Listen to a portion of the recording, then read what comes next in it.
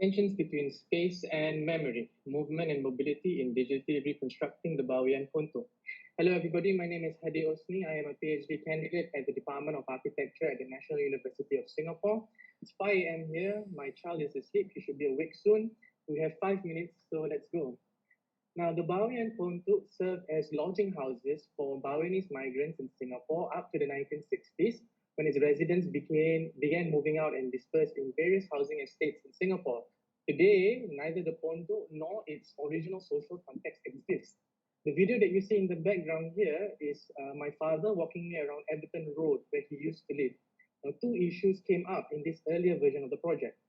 First, former Pondok residents such as my father are among the older generation and are not necessarily comfortable with the use of invasive technologies such as a method of documentation, such as working with digital models, VR, AR, etc. It's almost an antithesis to the whole conference over here. Critically, though, within the context of the digital reconstruction of the Pondok, it must be noted that most buildings that once housed the Pondok have been demolished, and while several buildings have been conserved, the interiors of these privately owned buildings are mostly inaccessible or even unrecognizably refurbished. The interest of this research is not only the exterior physical form of the building, as you can see from the renders on the right, but the domestic private interior spaces and layouts.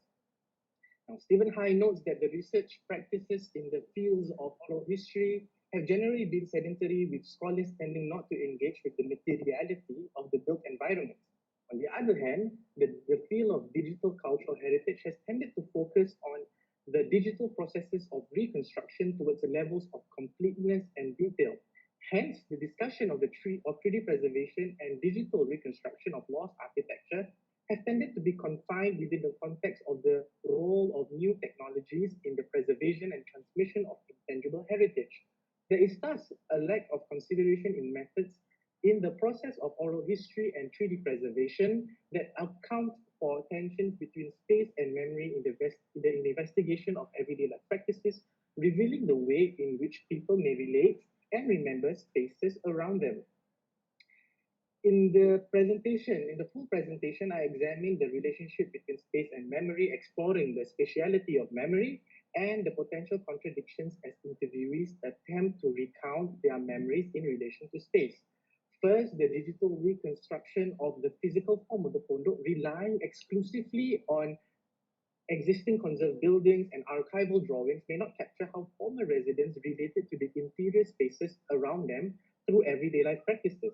On the other hand, memory tends to be subjective and dynamic, and as such often contravenes the physical dimensions found in conserved buildings and archival drawing plans.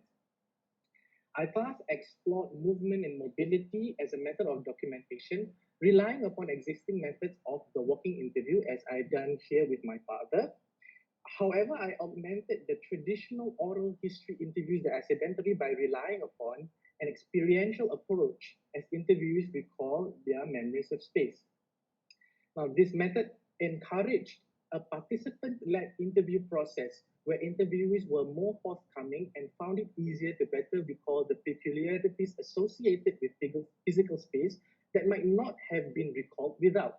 This method also allowed interviewees to recalibrate their memories when contradictions in relation to physical dimensions of space arose.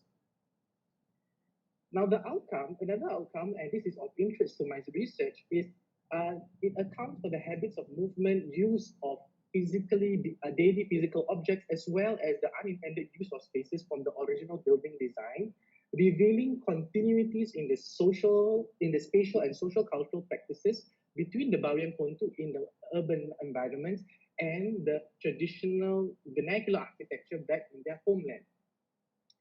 So I wanted to conclude my presentation by quoting Mary Stander, a researcher who discussed the potentials and challenges of architectural anthropology. She notes that the material turn in the field of anthropology has claimed a new focus of physical spaces that leaves imprints in a community, not just as a backdrop to social life, but an active part of it. She writes, we may carefully listen to what people say about their houses, we may observe how they use and interact spaces around them, but how do we approach what the house itself might be saying or doing? How do we interview architecture? How do we do fieldwork not just in but among buildings? And I agree with Mary Stander And any attempt to analyze what a building does would have to be approached through the social life that takes place in and around it. Thus, I suggest this particular method.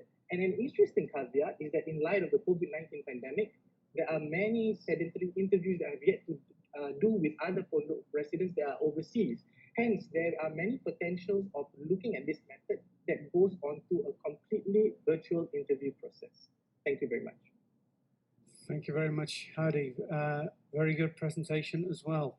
We'll move over to our last presenter in this session, David Brownroot. So